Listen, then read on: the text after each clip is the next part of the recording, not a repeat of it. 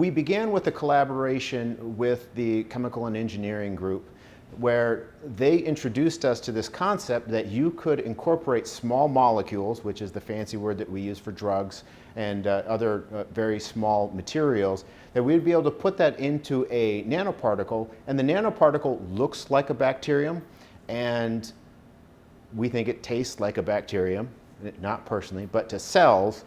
So they will actually internalize the nanoparticles, and within the first week of my relationship with the chemical and engineering group, they asked me to investigate where nanoparticles went inside of cells. And our group has the techniques in order to study cell biology and how bacteria transfer and they transport inside a cell, that we applied those same techniques to nanoparticles. And we discovered the nanoparticles went to the same compartments inside of cells that the pathogens did.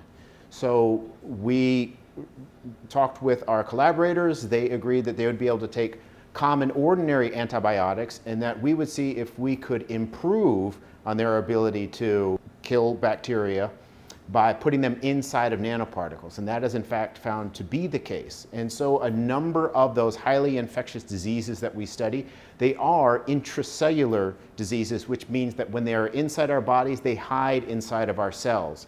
So the nanoparticles act as a Trojan horse, whereby we can, in the laboratory, engineer and optimize and test for the ability of the nanoparticles with antibiotic formulations to be able to improve upon our current methodology for treating infectious diseases.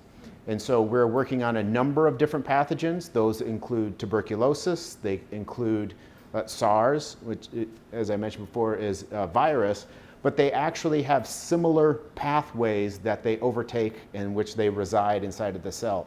A lot of these diseases, we have the ability to kill them, but only under the right circumstances.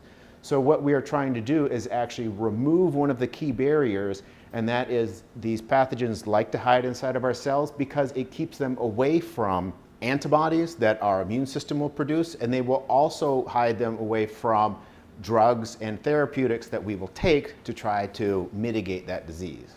We talked to our collaborator, can we make nanoparticles with this drug? And they in fact can. What I love about this is that they always say they can, and we always say we will test it.